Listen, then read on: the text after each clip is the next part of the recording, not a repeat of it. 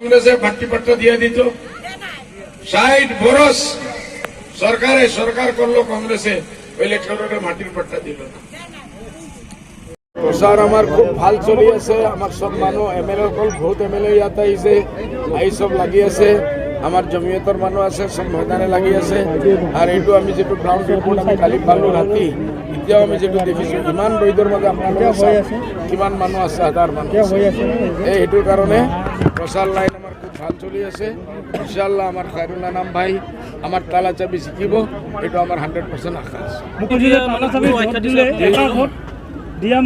Main বস্তুটো চাওক যে মুখ্যমন্ত্ৰীয়ে যেটো কৈছে যে আমাৰ লগত আহক, আপোনালোকে ৰোজানা গাখীৰ পাব। কমল বোলে ক'ৰ পৰা কোনদিনৰ পৰা গাখীৰ দিয়া আৰম্ভ কৰি দিলে। আমিতো কোৱা নাই বোলে আমাৰ লগত আহক তালা চাবিয়ে গাখীৰ দিব। আমিতো কোৱা নাই বোলে, আমাৰ কংগ্ৰেছে কোৱা নাই বোলে আমি হাতে গাখীৰ দিব। বোলে বিজেপিৰ মুখ্যমন্ত্ৰীয়ে কোৱা আৰম্ভ কৰি দিছে আমাৰ লগত আহক, ডেইলি আপোনালোকে গাখীৰ পাব।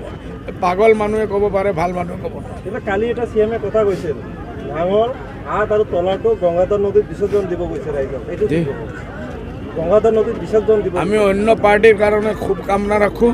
আমি বিসৰ্জন দিয়া আমি নামানো। চবৰে ভাল হোক, বোলে আমি জিকিম, আমাৰ জিকাটো নিশ্চিত হোক, এইটোৱে আমি বিচাৰি আছোঁ। আপোনালোকে কংগ্ৰেছ আৰু ইউডিএফ বেলেগকৈ খেলি আছে এইবাৰ। এই ক্ষেত্ৰত ভোট বিভাজন হৈ আপোনালোকে একেপ্ৰকাৰে কংগ্ৰেছৰ ইয়াত ভোট আছিল নেকি? যোৱাবাৰো আছিল নেকি? আপোনালোকে চাওক। আৰ ফোনে কি নাম তোমাৰ এই অভয়পুৰীতো যোৱাবাৰ মাত্ৰ 3-4 হাজাৰ ভোট আছিল কংগ্ৰেছৰ। কংগ্ৰেছৰ অস্তিত্বই নাই এইসব জায়গাত, আমাৰ অস্তিত্ব আছে। ইলেকশ্যন আহিলে বিভিন্ন দল নেতাসকলৰ মাজত বোকা চেতুৱা ৰাজনীতিক দেখা পোৱা যায়। এইবাৰো দেখিছে এটা দলে আন এটা দলক আক্ৰমণ কৰে, বিস্ফোৰণ অভিযোগ কৰে। ইস্যু নাইতো, নিজৰ কোনো ইস্যু নাই। ইস্যু থাকিলে মানুহে ইস্যুৰ ওপৰত মাতিব। আমাৰ নজৰুল ভাই যেনেকুৱা মাতিছে, সব ইস্যুৰ ওপৰত মাতিছে।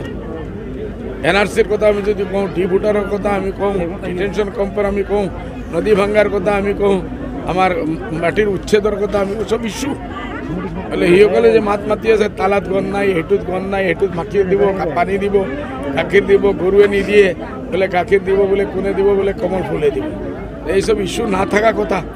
তেখেত এতিয়া ডাঙৰ এজন চিফ মিনিষ্টাৰ হৈছে ভাই, আমাৰ একো ক'ব লগা নাই। আৰ চিফ মিনিষ্টাৰৰ মুখৰ পৰা যেটো ওলাব সেইটোই তেখেতে যদি বুজে বোলে মানুহ পুৰা ৰাইজ পাগল নহয়। নিজেও অলপ কমচে কম বুজাবুজি কৰি 2-1টা কথা মাতিব লাগে যে মানুহে বুজে মানে এইটো। মুখ্যমন্ত্ৰী অলিয়ে গলিয়ে বাৰে বাৰে ধাৰাবাহিকভাৱে নিৰ্বাচনত এইবাৰ নামি যোৱাৰ মূল কাৰণটো কি হ'ব পাৰে? কি বাৰে বাৰে চবে নিজৰ পাৰ্টি জিকাৰ চেষ্টা কৰি আছে।